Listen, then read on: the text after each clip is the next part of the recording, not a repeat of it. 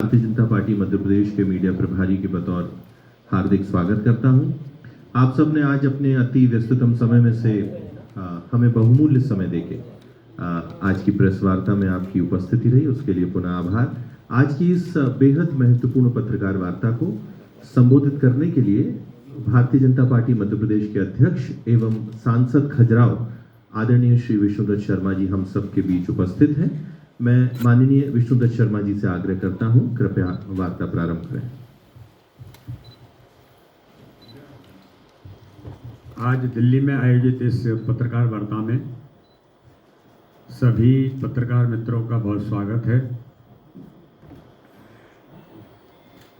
आज मैं आप सबको विशेष तौर पर देश के अंदर माननीय प्रधानमंत्री नरेंद्र मोदी जी के नेतृत्व में राष्ट्रीय शिक्षा नीति के माध्यम से जो बहुप्रतीक्षित शिक्षा के क्षेत्र में बदलाव चाहिए थे, उस दिशा में माननीय प्रधानमंत्री जी ने जो कदम उठाए और 2013-14 के बाद देश के अंदर राष्ट्रीय शिक्षा नीति 2020 माननीय प्रधानमंत्री जी के नेतृत्व में जब आई, तो पिछले दशक में भारत की उच्च शिक्षा व्यवस्था में एक महत्वपूर्ण बदलाव आया है। कई वर्षों से जो अपेक्षित था, हम लोग ये डिमांड करते थे कि मैकाले की शिक्षा पद्धति नहीं चलेगी, लेकिन लोग चर्चा तो करते थे, लेकिन व्यवहारिक तौर पर नई शिक्षा नीति क्या होगी,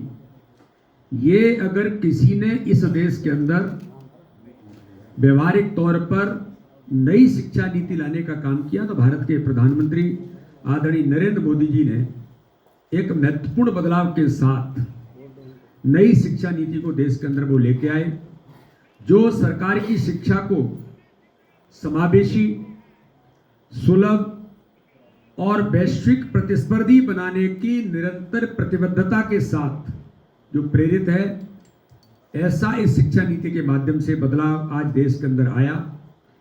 इस बदलाव को राष्ट्रीय शिक्षा नीति 2020 द्वारा मार्गदर्शित किया गया है, जिसका उद्देश्य देश की शिक्षा के तंत्र को विशेष तौर पर सुधारने के साथ और उसे वैश्विक मानकों के अनुरूप बनाना। यह नीति माननीय प्रधानमंत्री नरेंद्र मोदी जी के नेतृत्व में लागू की गई। इसका उद्देश्य शिक्षा के क्षेत्र में कई महत्वपूर्ण बदलाव करना था, जो छात्रों के समग्र विकास को बढ़ावा दे सके और देश के शिक्षा स्तर को सुधार सके। पिछले एक दशक में भारत के उच्च शिक्षा परिदृश्य ने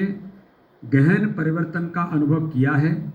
जो शिक्षा को अधिक समावेशी, सुलभ और वैश्विक प्रतिस्पर्धा बनाने के लिए अटूट प्रतिबद्धता से प्रेरित है। नई शिक्षा नीति में 3 भाषाओं का सिद्धांत जो रखा गया, क्योंकि कई बार ये प्रश्न उठते थे और देश के अंदर इस पर चर्चा भी बहुत होती थी कि मातृभाषा में शिक्षा, इसकी मूल रूप से जो जरूरत थी, इस शिक्षा नीति के माध्यम से ये अवसर देश के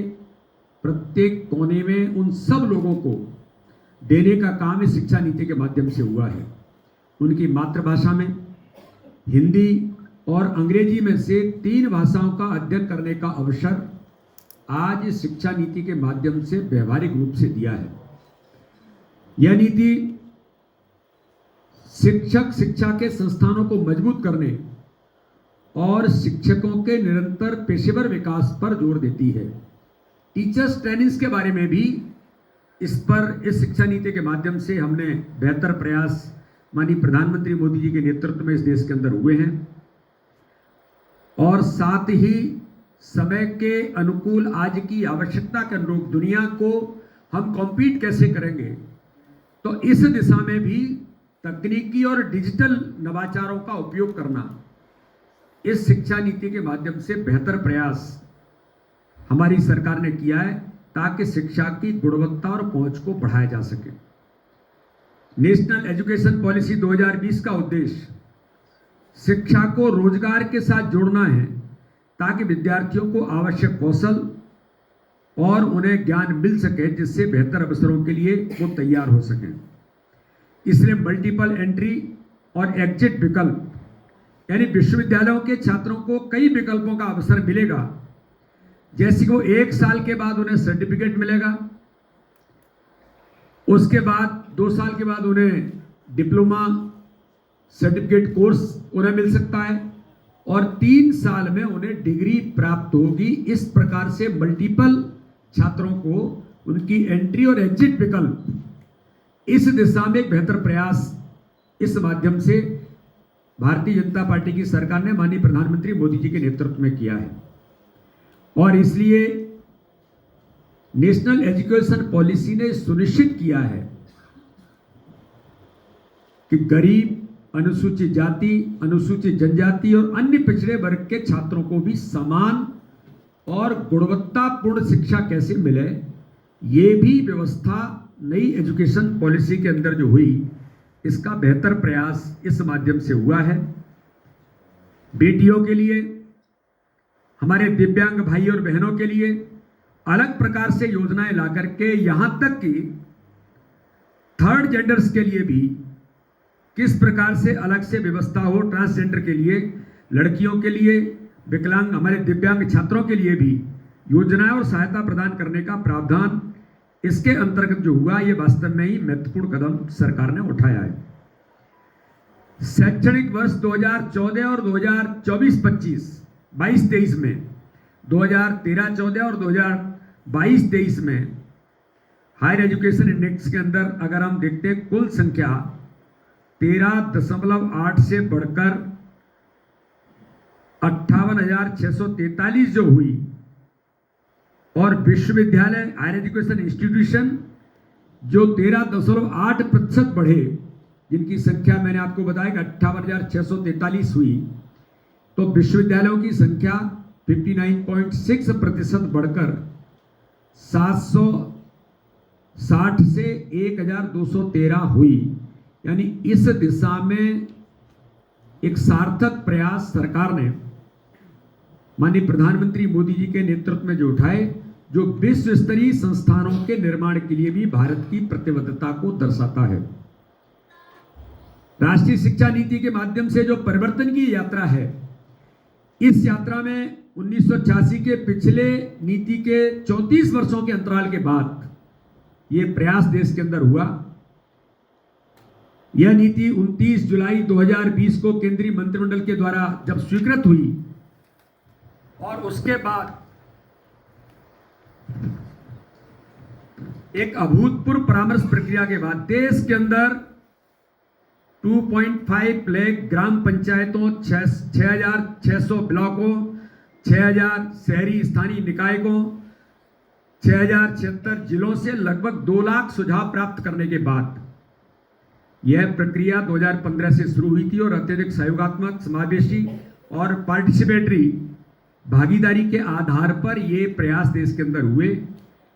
इस आधार पर कहा जा सकता है कि 21वीं सदी का यह दस्तावेज है जो व्यक्ति के समग्र विकास के लिए, उसको बढ़ावा देने के लिए, शिक्षा को सभी के लिए सुलभ बनाने का जो लक्ष्य रखता है।